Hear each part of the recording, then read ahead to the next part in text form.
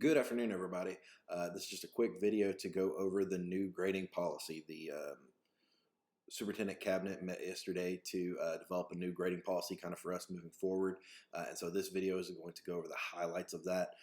Parents are going to be getting a letter that I put a link on in the LXJ Teachers website that has all this information, but it's kind of convoluted, so I want to walk through all of it with you just to make sure that you're on the same page with everything that is going to be coming on. So here we go. Okay, so you are going to have 2 grades a week, just like before. I know that we originally said we were going to go pass-fail for the 6 weeks, but due to some issues with NCAA Clearinghouse and some other things dealing with the high school, we realized that that was not going to be an option. So we are going to have numeric grades. If you notice here at the bottom where it says the grade, quality of work, and explanation, that is the minimum rubric we're using for the semester average. So if a kid completes and submits 50% of the assigned work during this educational outreach, and they're actually logging on to Teams and being engaged with you at least once a week, then the minimum grade that they can make for the semester is a 60. Okay, then it goes into if they do 70% of the assigned work and they're logging into Teams, then the lowest grade they can make for the semester is a 70. We really are way more concerned right now with students being engaged in school and being engaged in the plan that we have than we are with their 100% complete 100% satisfactory completion of the work. It really is about creating normalcy for our kids, creating that educational framework for them to work in. We just really want them to be engaged. So there's some examples there in the secondary semester averaging that you can kind of look at. So 4 6 weeks, 5 6 weeks, and 6 6 weeks. So grades are due this week. As far as grade, this is the end of the 5th 6 weeks. We'll be doing verification sheets on Tuesday. That's the plan for this moment in time. We are actually asking for an extension simply because the grades won't be due until Tuesday because Monday being a holiday. So that would require you to get the work, get it graded, put it in the grade book, and then do your grade verification sheets all on Tuesday. That doesn't seem very realistic, so we have asked for an extension to move it back a week. As soon as I know, and I should know by the end of the day today, I will let you guys know if there was an extension. Otherwise, what we'll do is we'll just say that this week's grades will go on the 6 6 weeks, so we have more time. One thing that is in here that I do think is important is that any grade that a student does not do, they do not that they don't do it well or they don't get it right, but any grade that they do not attempt and do not turn in, we do want you to put a 0 in the grade book.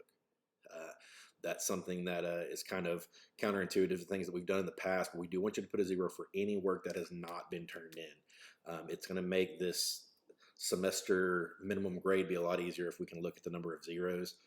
So something to look at. For this 5th 6 weeks, we had grades prior to spring break. We had tests prior to spring break. And so the actual averaging of that's going to be kind of wonky since we only have daily grades since we got back from spring break.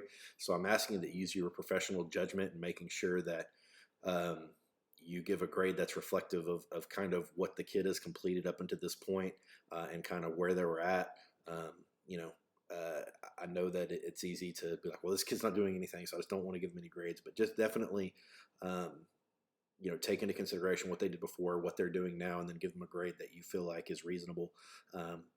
While I can't force you to not give a kid a grade lower than a 50, I do impress upon you that I do believe that is a best practice. I don't think that any student should be making below a 50 for this 6 weeks, especially under the circumstances. But even if the circumstances weren't what they were now, I still believe that that's a good practice. But with the circumstances they are now, I would just have a very hard time giving any kid lower than a 50 for the 6 weeks. So definitely take that into consideration. Okay, just a couple more things for the grading policy.